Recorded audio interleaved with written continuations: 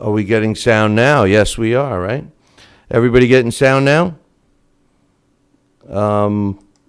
Let's see. Let me get a test. It looks like we're getting sound, so I apologize for that.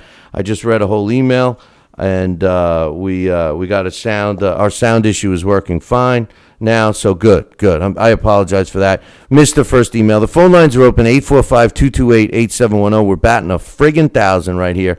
But anyway, this is concerning the Lennox Lewis, Riddick Bowe situation that took place when Riddick Bowe gave up the WBC title. Alex T says, I wanted to chime in about this situation when Bowe gave up the WBC belt. Mind you, this was in 1992, I believe, and we didn't have the coverage we have now. You had to get all your info from newspapers or magazines like The Ring and KO Mag. He says, anyway, the way it was portrayed was at the time that there was an agreement in place that HBO would stage a box-off between Holyfield and Bowe and Lewis and Razor Ruddock. Bowe and Lewis won their fights, and when HBO tried to make the Lewis versus Bowe fight, that's when Bowe dumped the belt. In retrospect, the WBC pulled a Kenny Norton and awarded the belt to Lennox Lewis, despite Lewis never having won it in the ring. He says Bowe took a lot of heat for this move. If you remember, he was knocked out in the Olympics by Lennox Lewis, and Lewis, who had been impressive but also very mechanical in his fights before the Ruddock match, absolutely looked ferocious in the Ruddock match. He says he destroyed him, first round knockout, if his memory serves him right. He says, and this shocked most of us because Ruddock had just come off back-to-back fights with Tyson when he gave as good as he got. This is true. And I guess since no one heard the beginning of the show, we were all set, and LDL TV was all set to broadcast. We have a whole new presentation here. We ran into some issues, and we're back to the old-fashioned way. That's just for today. When we come back next week in the PM time slot, which I'll be talking about later in the week on the show, we will be back much better than ever. I promise you that. Anyway, he says a lot of people thought Bowe was simply scared to fight Lewis because he had been stopped by him previously, and the fact that Lewis looked so good against Ruddock. Only Bowe knows whether that's true or not, but what we do know is that in 1992, being the heavyweight champion was still a big deal, and everyone in the world knew who Riddick Bowe was. He had commercials, endorsements, etc., etc., etc. Hindsight being 2020, I think Bowe not fighting Lewis hurt his career because the label on Bowe from that point on was he was an amateur, that he was lazy and he didn't like to train.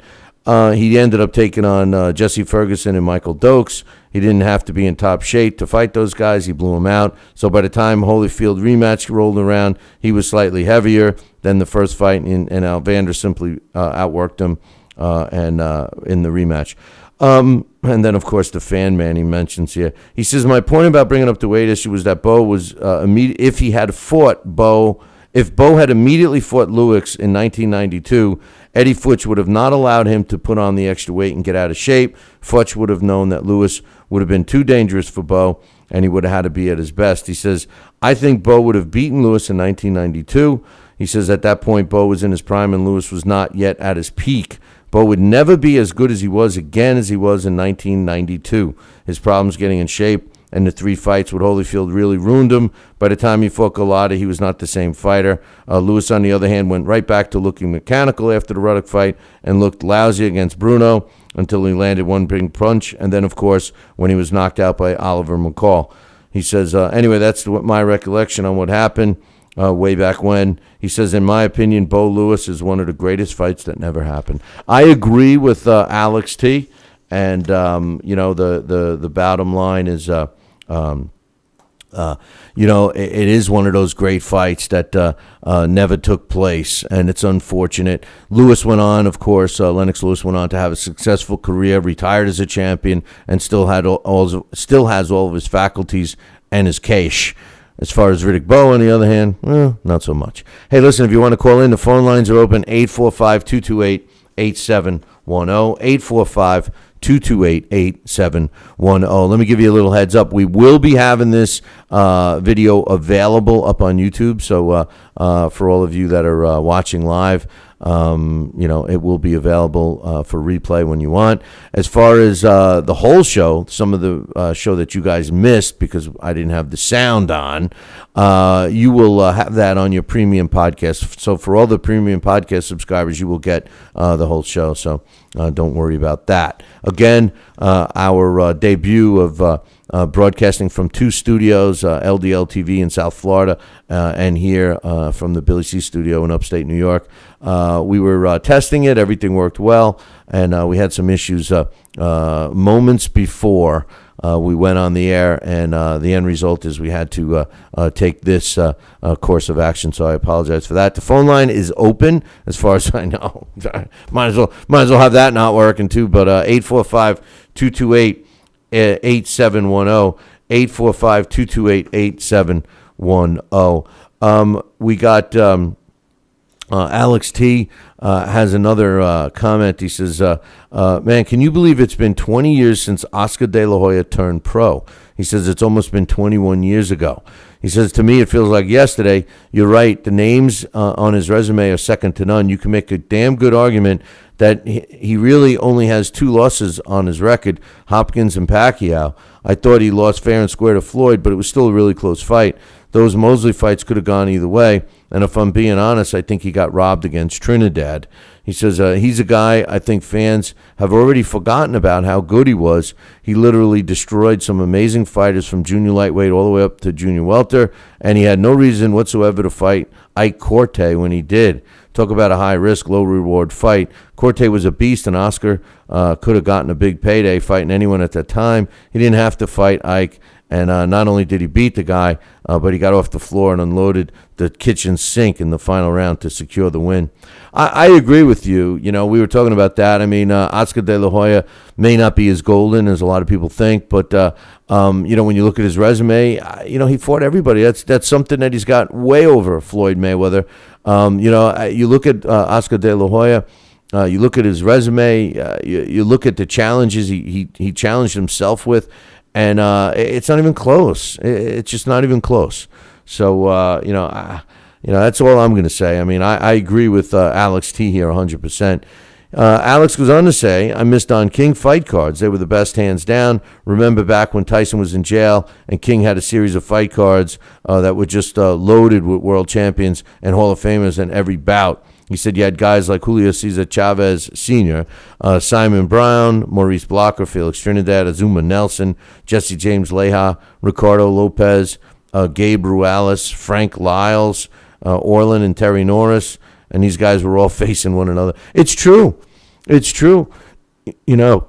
Everybody blames Don King for everything. I'll never forget doing an interview with Don. He even told me that he was blamed for whatchamacallit's baby there. No. Not Lindbergh, the Lindbergh baby missing deal.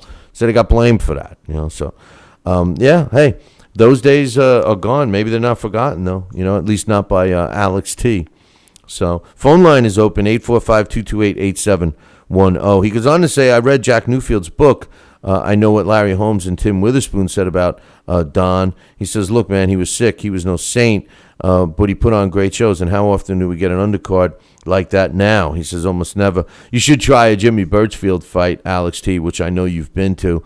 He puts on some pretty entertaining fight cards from top to bottom. Sometimes when there are 8 to 10 bouts on there, you get treated to some really exciting fights. But some of them are, crosstown rival fights, which I happen to like. So, not big names. That was my point. He says the Floyd undercard last week was won in the first one. He says the Floyd undercard last week was the first one in a long time that was half decent. Don King would have had championship fights in every slot on the pay-per-view. He says he had Julian Jackson versus Gerald McClellan as an undercard bout on Chavez, Terrence Ali.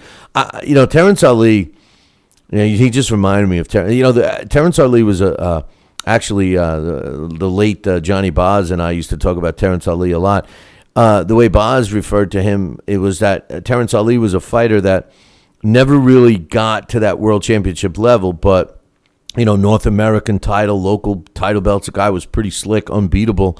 I got to see Terrence Ali live in Las Vegas a couple of times, and he was a very exciting fighter. Over his head against Chavez, but pretty much that next level underneath. He was right there. Quality fighter, very entertaining. I wonder whatever happened to him. But anyway, he says. Let me see, where am I? Oh, all fight cards back then. He says, think about that for a minute. One of the most anticipated matchups in the history of the 160-pound division between two of the all-time great punchers, and it wasn't even the main event. You think it's a coincidence that Jackson nor McClellan never fought Hopkins or Jones? He says, I don't. And Don got these two to face each other. He says Don King was amazing. I agree with you, Alex T. And one of the things that bother me the most about people that cut up on Don King. Now, listen, I'm not saying he's a saint. I'm not saying we should call him a Saint Don or anything like that. But the bottom line is this. This is what bothers me, and it's a simple scenario. Don calls you into his office. He says, "I got a fight for you, kid." He says, "Yeah, well, how much?" "Well, we're going to pay you $500,000. The kid says, "No way. I want $1 million to fight this guy." He says, "No, we'll pay you $700,000. The guy, "No way, man. I'm not taking less than $1 million for this fight. My people said I should be making $2 million." He says, "No, sorry, we'll give you $800,000. No, I want $1 million." All right. Don finally says, "Okay, you want $1 million? Will you sign right now? If you sign right now, we'll give you $1 million. I'll give you some cash right now." And the fighter's like, "All right, man." He's elbowing his buddy. He's happier than a pig and you-know-what. And he signs the paper. Walks out of there with a bag of cash. He's happy. He goes, he parties. He has a great time. He starts training. He gets ready. And the next day, in the newspaper, it says that Don King signed the fight. And Don's going to make $8 million. And the fighter made $1 million. Now the fighter's pissed off and he says Don King screwed him. Because Don's making 8 and he made 1. But the time for negotiation was when he had him in his office. How can he complain about that? That's what 90% of the complaints, including Larry Holmes, his complaint about and Bernard Hopkins, these guys complain about Don King because they feel that Don took advantage of him, and maybe he did. But the time to negotiate is before you sign the paper. Once you sign the paper, that's the end of that. So that's why I look at him as being, one of the greatest promoters of all time. So, and that's just my opinion, and we know how opinions are, right? But anyway, listen, phone lines are open. If you are trying to call and you can't, and it doesn't go through, let me know by visiting the chat room, and I will double check on that. Otherwise, I'm going to keep rambling on here. We got another email. This one's an interesting one. I was able to glance through this one. And for any longtime listener of the show, you might get a chuckle out of this because, let me read it to you. This is from my man, Hawaii Mike. Now, Hawaii Mike is a longtime listener to the show, and of course, he lives in Hawaii. And every time I get a email from him, I kind of get a little jealous because he's living in the land of paradise, and I'm not. So he's the subject of this. I knew I was in trouble when I read the subject of this email, and the subject is Joe Calzaghe. All right, so here's the deal. He says, and I quote, because now I got another issue going on myself here, but shouldn't be affecting anyone else. But he says, "Hey, Billy C, I know you're not a big fan, but doesn't Joe Calzaghe's win over Bernard Hopkins look better and better the more Bernard adds to his legacy?" He says, also, Joe beat Kessler convincingly, who in turn beat Froch. So Froch, his recent form, that win looks pretty good. At least I think so. He says, give Joe his props, BC. You know you want to. Well, I read that email, and I was, saying to myself, what is it about Carl? I mean, what is it about Joe Calzaghe that I just don't like. I mean, what's my hang up? I started asking myself that same question. You know, I'm like, well, what's my hang up with Calzaghe? You know, why don't I think that this guy is all that good? You know, so let's take a look at Joe Calzaghe's record, right? And first and foremost, you know, I'm not gonna. Let's look at it from the beginning. All right, he starts his career in 1993, and you know, the bottom line is, you know, I'm not going to criticize him for any of the route that he took, you know, because he fought for his very first title, you know, domestic title in the UK when he fought Stephen Wilson, who was an 11-1 fighter back in 1995. It was his first title. It was the vacant BBBC British super middleweight title, and he won via an 8th round knockout. So that was his first domestic title in 1995. I'm sorry, did I say 93? I meant 1995. He won the British. That was the vacant title. He put it on the line again when he fought Mark Delaney, 1986. Mark Delaney was a decent fighter, 21-0. He fought a collection of who were these guys all the way up until he got his very first shot at a world title. Now, this fight in 1997, I thought was a great fight. I you know, now I'm looking back and I'm remembering, you know, Calzaghe, and he fought Chris Eubank. Chris Eubank was 45-2 with a couple of draws. It was in Sheffield, England, and it was a pretty damn good fight. 12 rounds, and Joe Calzaghe becomes a world champion by winning a 12-round decision over Chris Eubank. Now, he's a world champion now. Now let's take a look, and maybe this is where my criticism comes, all right? Because, you know, you look at his first defense, he fights Branko Sobat. Okay. He fights, his next one, he fights Juan Carlos Gomez. Okay.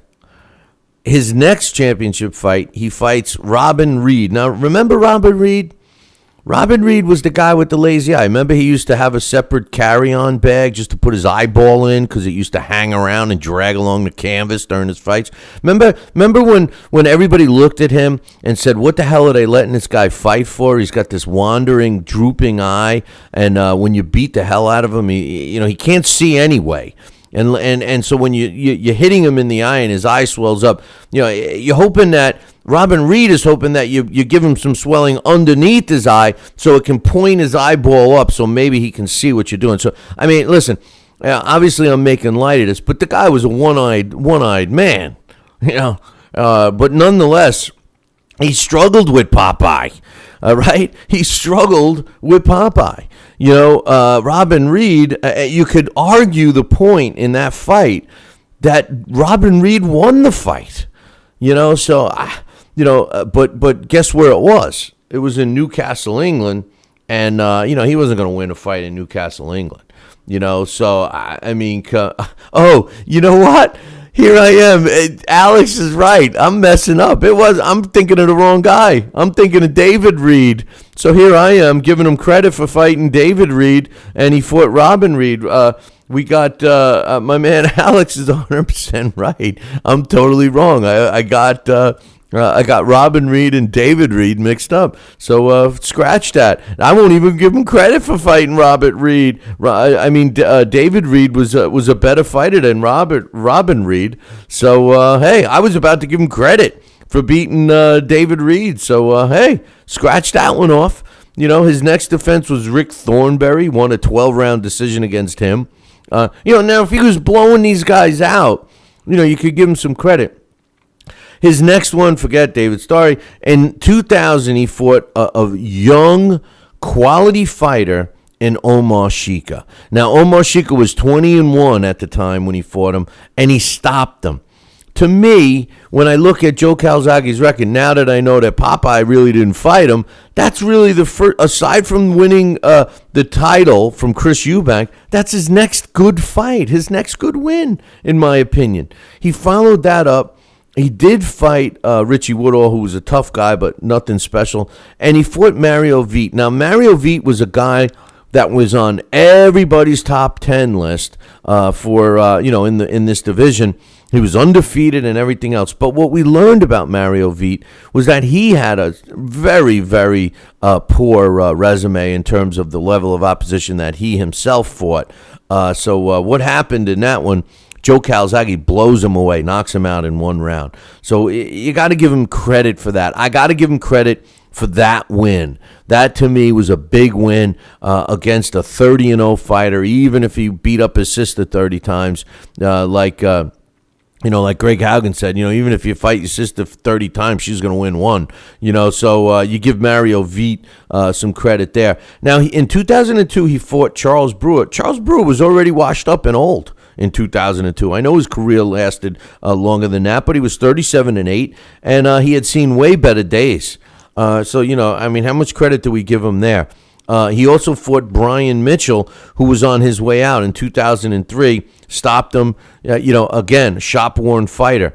He went and fought a couple other guys, and then again, in 2005, Mario Vite, who managed to accomplish 15 more wins since losing only the first time and never losing since against Joe Calzaghe in their first fight, which took place in 2001. So 4 years later, he fights him again, and this time he only lasts 6 rounds with Joe Calzaghe. So again, I kind of give him credit. He fought Evans Ashira, who he won that one. Basically, it was a 12-rounder. Then he fought, in my opinion, the best fight he ever fought. And this is my opinion. I think that the Jeff Lacy fight, Jeff Lacy at the time was 21-0. Jeff Lacy had no excuses. He still had a left hook in that time. And this was a fight that everybody thought that Jeff Lacy was going to win. All right? Everyone thought that he was going to win. Remember, this was a unification bout of sorts. Jeff Lacy had a belt. He had the IBF belt. And Joe Calzaghe had the WBO belt. The fight did take place in England, of course, because remember, that was one of the knocks on Joe Calzaghe, that he never fought outside of England. So I give him credit for the Jeff Lacy fight. Then he fights Seiko Bika, the same Bika that's still fighting now, and yeah, he's exciting. He's a come-at-you guy, but anytime he ever fought anybody decent, he lost. Now, Bika was 20 wins, 1 loss, and a couple of draws when he fought Joe Calzaghe. Guess where that fight was? Oh, yeah, you guessed it. Manchester, England, right. It was in the UK. Just like every other fight that he had up to this point. There was not one fight on his resume up to that point that he fought outside of the UK. And he followed that up with a fight against Peter Manfredo Jr. Guess where that fight was? Well, it was in the UK, of course. All right, now Peter Manfredo Jr. fight, that fight, listen, he looked good in that fight, but that fight was stopped prematurely. We all know that. We all know Peter Manfredo. The fight was stopped real quick. 3 rounds, he gets that. Then he fights Miguel Kessler. You got to give him credit for beating Kessler. Kessler's a quality fighter. Where was that fight? You guessed it, in the UK. Now he decides to show the world how great he is. He comes over to the U.S. Who does he fight? In 2008, Bernard Hopkins. Now, normally you would say, well, Bernard Hopkins is washed up. He's old. He's this and that. But we know Bernard Hopkins is still going well. So we got to give him credit. Just like Mike from Hawaii, his whole premise of this email was that he's looking better and better because of this win. But did he really win that fight? I had B-Hop winning that fight. I'm sorry. To me, that was a robbery fight. I thought Calzaghe got the benefit of the doubt, which surprises me because it was in Las Vegas. He follows that up with Roy Jones Jr. Okay, he gets a good win against a total shot all-time great, and he walks away. His career, 46 wins, no losses, 32 coming by knockout. He was 5'11", 262 rounds, a pro with a 70% knockout ratio. He fought his entire career at super middleweight, which I give him credit for, and former world champion in 3 sanctioning bodies, WBA, WBC, WBO. Is he an all-time great? I guess by record he is, but you could see what my thoughts are, Mike, and why I feel that, he kind of, we talk about cherry pickers. He's no different than Floyd Mayweather. And my only hope is that when Floyd Mayweather's career is over, that people say the same stuff that I'm able to say right now about Joe Calzaghe. He retired undefeated. Yes. He walked away and hasn't come back yet. Right? Right. He retired as a champ, retired everything as his way. But does that make him a great fighter? Joining us right now, Dax Khan. What do you think, man? What's your thoughts of Joe Calzaghe? I'm a big Joe Calzaghe fan. It's funny because as you're sitting there talking about this, I'm thinking about a conversation that me and Scotty had the other night after the fights about Andre Ward and how he doesn't travel. And Andre's saying that Scott was saying that Andre needs to prove himself by going over to the UK. But then again, and I'm sitting there I'm defending Andre, saying, why should he have to go over to the UK and prove he's a champion that's going to fight himself abroad, when he's got the wins here, he's making the money here, and why take the risk? And here you are, you're bashing Joe Calzaghe for the same thing, but Joe Calzaghe, he was a great fighter. I'm sorry. Years ago, I used to criticize him, but, the more as time went on, the better fighter I thought he was. I mean, Joe Calzaghe was the real deal, and nobody wanted to fight Joe. Nobody wanted to fight him because he wouldn't come out of his cocoon. He had 2 fights outside of the UK in his whole career. Bernard Hopkins, which you can argue that he didn't even win, and Roy Jones Jr., that's it. But nobody's willing to fight him. And again, this is, something we can't always blame the fighter for. You're talking about Don King a minute ago, and, some of these other guys, maybe it was their promoter's job to try and get the fight where they wanted or drag them out. But, we can't sit there and blame Joe for it. Let me ask you this, Dax. In today's world, and this is a good question, in today's world, you got 4 or 5, let's pick 5. Let's say 5 major sanctioning bodies, okay? Let's pick 5. We know that there's probably 50, but let's pick 5.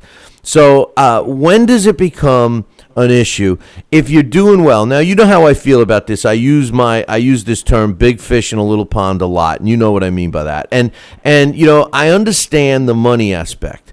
I understand making the money, and why should he leave the comfort of home, when he's making the money and he's got a world championship, he continues winning and all of this stuff. I understand why. All right, but let me ask you this. At a certain point in boxing, doesn't the fighter want to solidify himself in history, and don't they have to make some kind of move to do that? I mean, just to sit and wait for someone to come to your country because you refuse to fight outside of the country, does that make him a great fighter? I don't understand. What do you think? Today's a different era than it was back in the old days. The old days was, and this is the same conversation Scotty and I were having, back in the old days, a world champion traveled everywhere. Nowadays, it's become such more into the business aspect, and a man that we were both talking about was Floyd Mayweather Jr.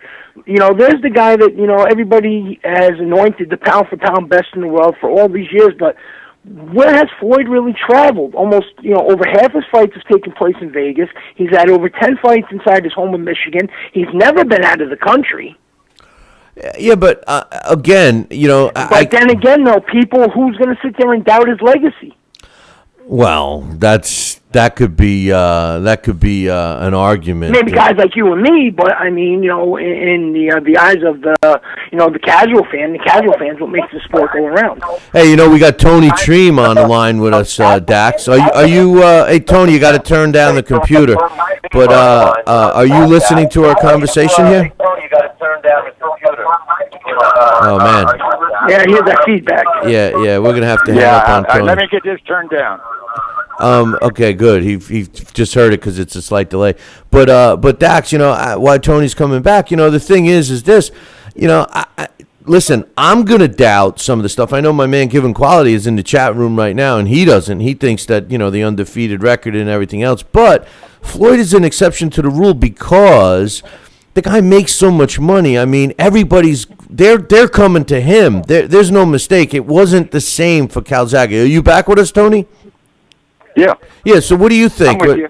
Dax and I are talking about Joe Calzaghe. We got an email from Hawaii Mike. And what's your thoughts on Calzaghe all time? Well, he wasn't as bad as you're saying, I don't think, Bill. But, you're knocking him for for fighting in the UK, and only fighting in the UK wouldn't come out, and you're trying to make a point of that. But Mayweather won't fight out of Las Vegas. You never bitch about that. Well, did you two guys call each other and plan the tag team attack? That's what Dax was just saying. Yeah, we did, but anyway. No, I'm not. I did not call Dax. And no, we did not have a tag team. But I'm sitting here listening to you, and Dax got a good point there. And when you were talking about David Reed and Popeye and all that, I think your story straight there, Wild Bill. Well, your T-shirt on too tight this morning, or what? No, I think my man John from LDL TV can stick up for me on this one. We were having a very trying a couple of moments before we went on. Then we go online, and I'm rambling on for 15 minutes, and nobody was hearing anything. Nobody said anything until I saw her in the chat room. I'm not getting any sound, are you? And everybody's going, I don't hear anything. Is he on? It's like, oh, God, But, man, maybe I'm being hard on, well, the funny thing about David Reed was I confused him with Robin Reed. So that's even worse. But do you remember the prize fighter named Popeye, Bill? No, I don't. Back in the 20s, he was kind of. You remember the movie The Mouse, a boxing movie called The Mouse? It was a prize fighter that they used him as a guy to build other people's record. He always lost. He never. What was this? A silent film back in your youth, or what? Well,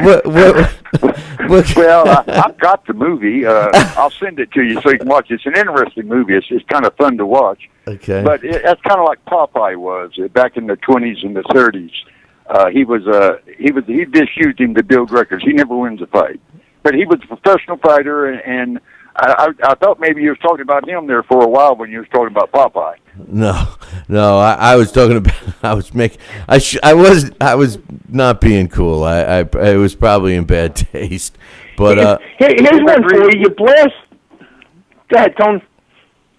Go ahead, Dex. You sit there and I hear you blasting. Bernard Hopkins, he fought Bernard when he was old, but meanwhile, nobody's complaining when Bernard's beating guys like Tavoris Cloud, and, he fought Roy Jones past his prime, and that's the only times he came here. But you know what? I don't hear anybody, and I know this is going to make a lot of people mad, I don't hear anybody blasting Rocky Marciano for the win over a faded, old, overweight, broke Joe Louis. Wait a minute. Joe Louis, he got himself in that position to try and get a shot back at the title. He had won up until that fight when he came back out of retirement. And Tony, correct me if I'm wrong, but he had beaten some decent guys, Joe Louis, when he was earning his shot with Marciano. So you can't really blame Marciano for that. You can't sit there and play this double edge. That's a bad example. Dax, that's a bad example using Marciano in your analysis here. And Joe Louis, he was done, and he was over, but he fought 5 guys to win and able to position himself to fight for the heavyweight championship. That was not a token or a given to him. But everybody finds a reason to pick something apart on it, you know what I mean, Tony? And the point is, Joe fought who was willing to fight, and the only knock you can really give on Joe Calzaghe is, yes, he didn't fight abroad until later on in his career, but other than that, you can't give him the knock on his opponents because the guys that he did fight at that time were good fighters. Were all of them the best? No, but look at any fighter's resume and break it down. Nobody has had the best opponents. Nobody's had the best fighters. Look at guys even like Ray Robinson. Look at, Henry Armstrong. And even after they became greats, when they were still in their prime, they were still fighting guys that were 4 and 15. Yeah, but wait a minute. 20. There's a big difference. I don't look at where people fight like Billy does. And one of these days, Billy and I need to have a discussion on that. I mean, you could knock the Klitschko because he won't fight out of Germany. You could fight Strom because he won't fight out of Germany. And Calzaghe wouldn't fight out of England. So, what difference does it make where they fight? It's are they fighting? Are they defending their title? And are they doing anything for the sport of boxing? So I don't agree with Bill in that where he fights at. I don't get that point with Bill. I don't get his point there. Hey, Tony, you're dead to me now, all right? So maybe we hang up on your ass, you know? Hey, But hey, Tony, let me ask you this, though. but wait a minute. After we get off the show... Yeah, I don't agree with you. Well, what difference does it make, but, Bill? all right, but fine. But let me ask you something. I want to get back to what Dax was saying about Sugar Ray Robinson and you know, fighting 4 and 12 guys and everything else. You know, he makes a point, because in the era that all of us like, you know, the old days, you know, when fighters fought a lot, they would fight, you know, a couple of, let's say they fought twice a month.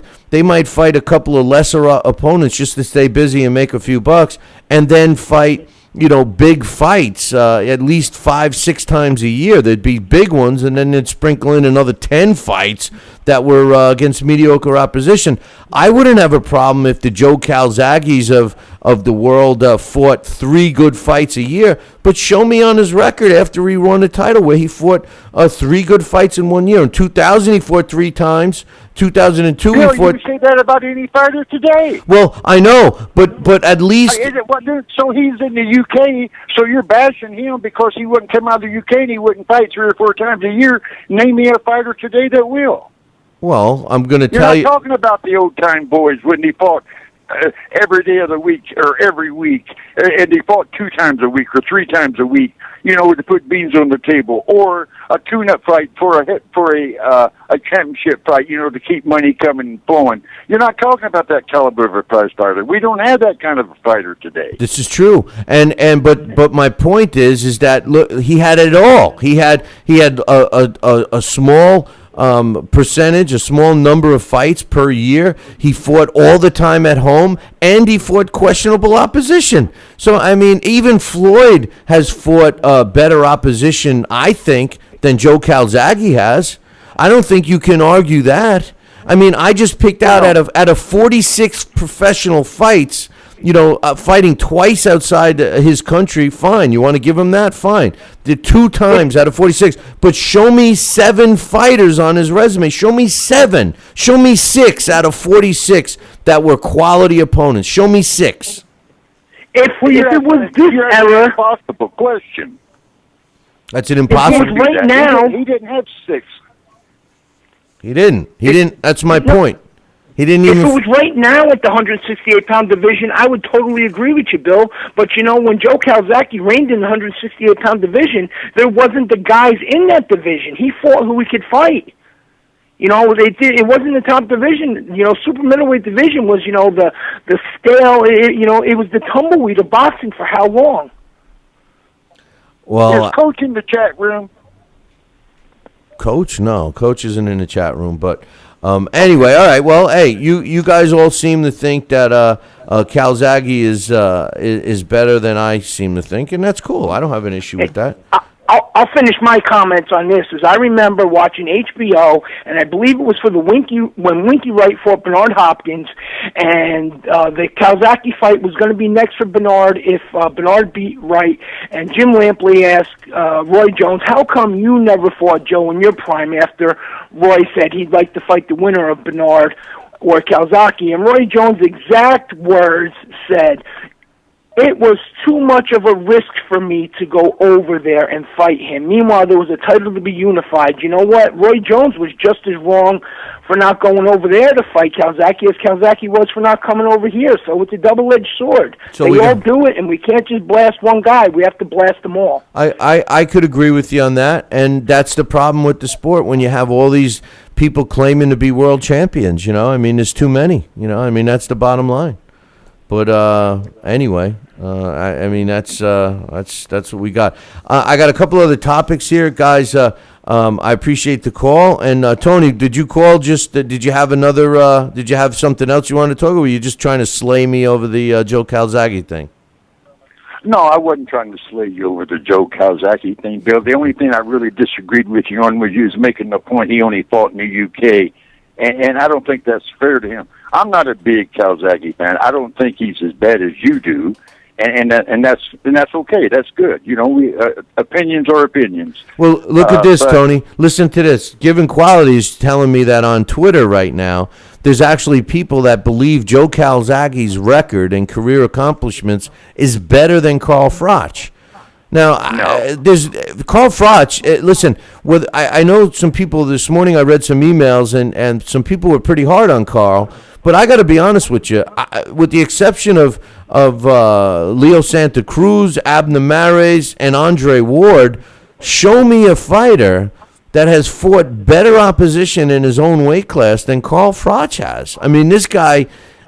When all is said and done, I mean, I agree. He's not the the most polished fighter, and he's wild and crazy at sometimes in the ring, but the guy has fought all the best fighters. Absolutely. It's since you wanted to talk about Lennox Lewis before.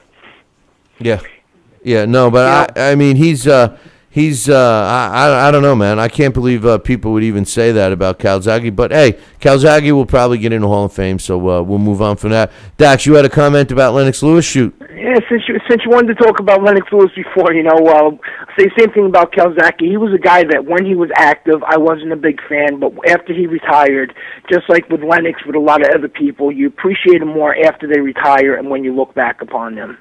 Well, that's the way I feel about Lennox, and maybe I'm even feeling that way about Joe Calzaghe, especially since my main man Tony just attacked my ass, So, all right, you guys showed me your point. What did Hawaii Mike get to you guys or what, man? But anyway, listen, guys, I appreciate the phone calls.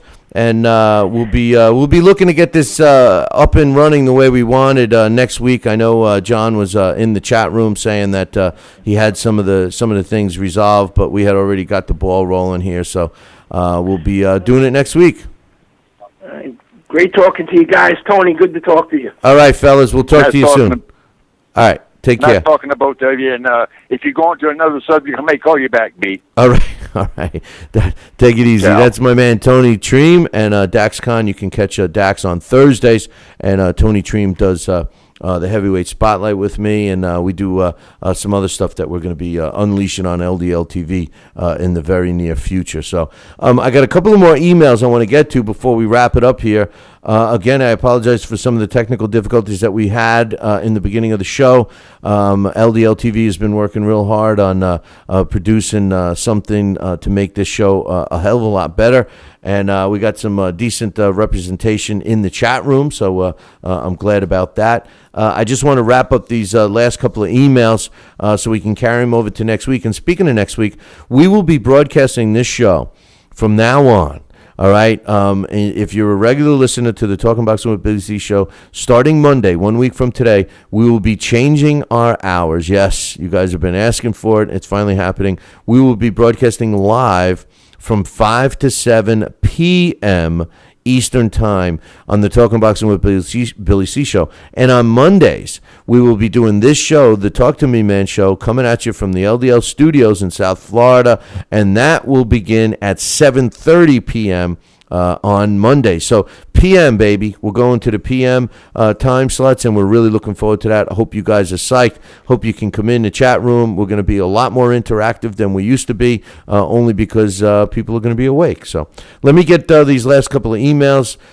This is from Alex T, the other Alex. He says, this is on Ledebev's corner, not stopping the fight. He says, I forgot Kaz Tszyu was in Ledebev's corner. He says, that's interesting because the great Kaz Tszyu ended his Hall of Fame career by quitting on the stool against Ricky Hatton in a fight where he didn't take half the damage that Denis Ledebev took. This is an interesting email, and when I read it, I was like, he's right. That whole situation, and my man John from LDL TV had a whole bunch of shots of Ledebev ready to put up on the screen.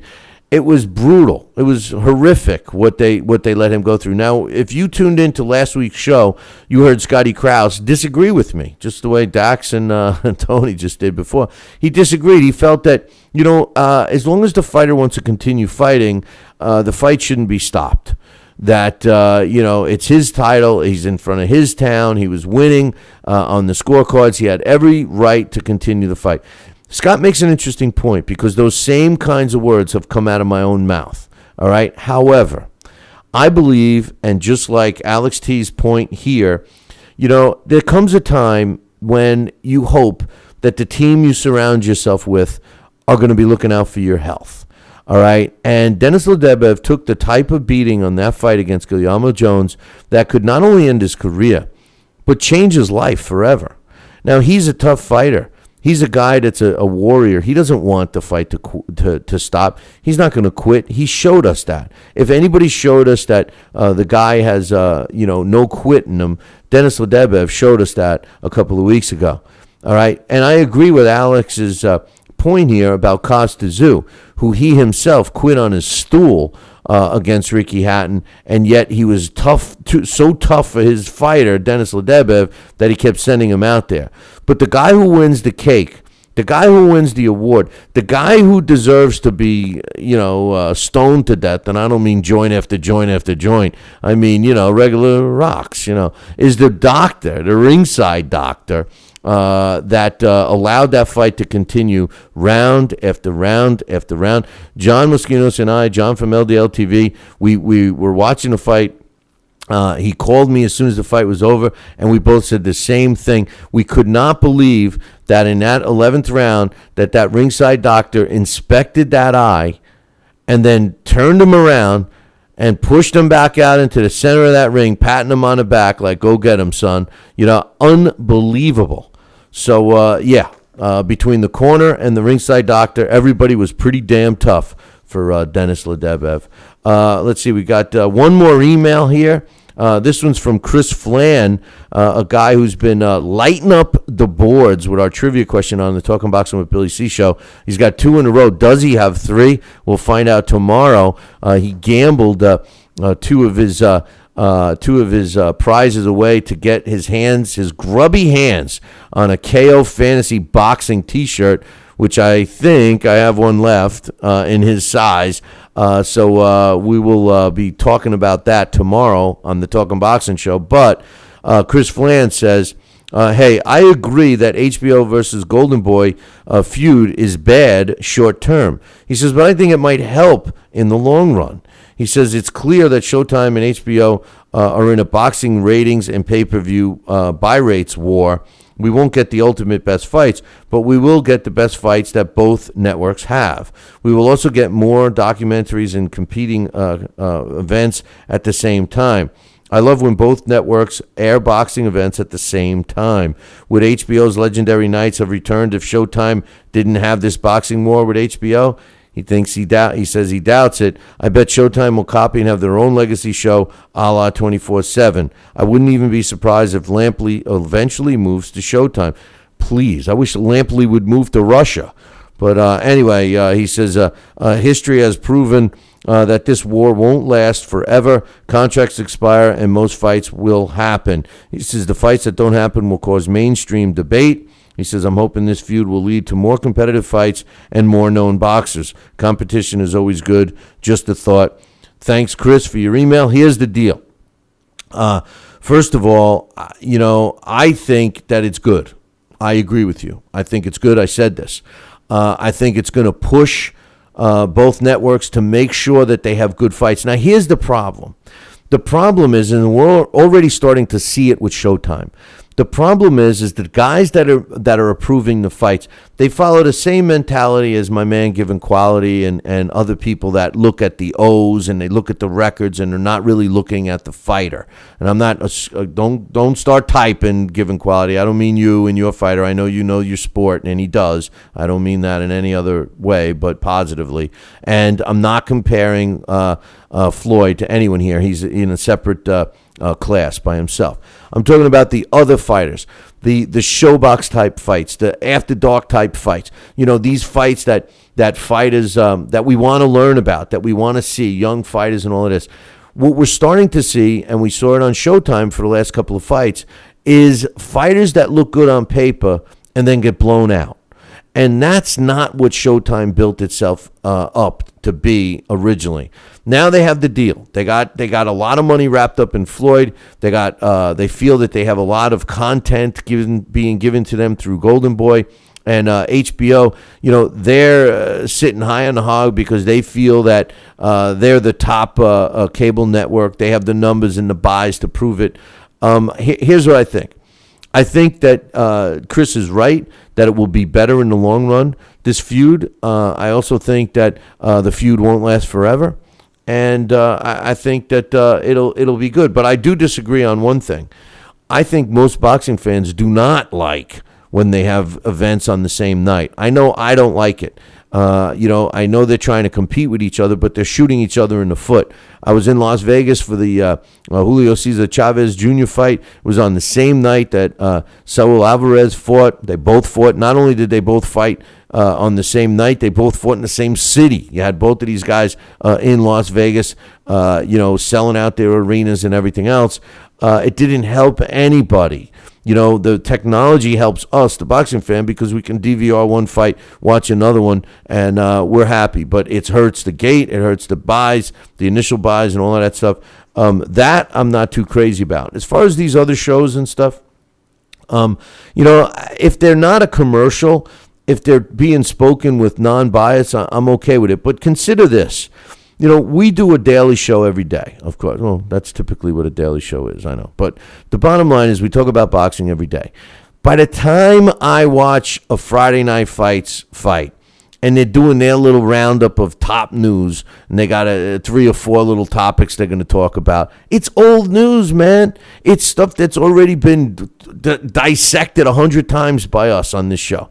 If you're going to put a show on cable, it's got to be something that's not date sensitive, especially in the sport of boxing.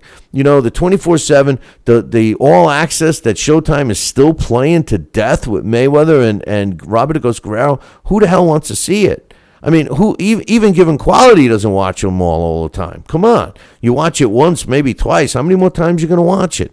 You got on demand, you can watch it, you can record it. I mean, come on, man. Enough is enough. The 24/7 thing is a crock of crap. The all access is the crop of crap. Because the bottom line is they're performing in front of a camera, so you're not getting true representation. You want to do something? How about follow somebody around during a training camp without any other press, just a camera, and get some stuff, and then do a story on it. Maybe something like that, an obscure fighter. How about here in the States, go over to England and find a fighter that we don't see and do something about that. Give us something that we don't already have on. That would be a home run, in my opinion, for the big cable network. So, I agree with my man Chris. I think that in the long run it will be good. And, hey, just remember, boxing is in a resurgence right now, so all is good. But anyway, hey, listen, I'm going to wrap it up right now. I appreciate you guys tuning in. Again, I want to apologize for the technical difficulties that we did have. But next week, when we come back at our new time, 7:30 p.m. Eastern time for this show, Talk to Me, Man, we will be doing it through the LDL TV studio. And you'll see a lot of bells and whistles that you guys are going to like. I guarantee it. So hopefully you'll join us. And don't forget, tune in to the Talking Boxing with Billy C show every morning this week from 5:30 to 7:30 a.m. Eastern time, or next week with our new time, 5 to 7 p.m. Hey, man, thanks for joining me. We'll see you next time. Ciao, baby.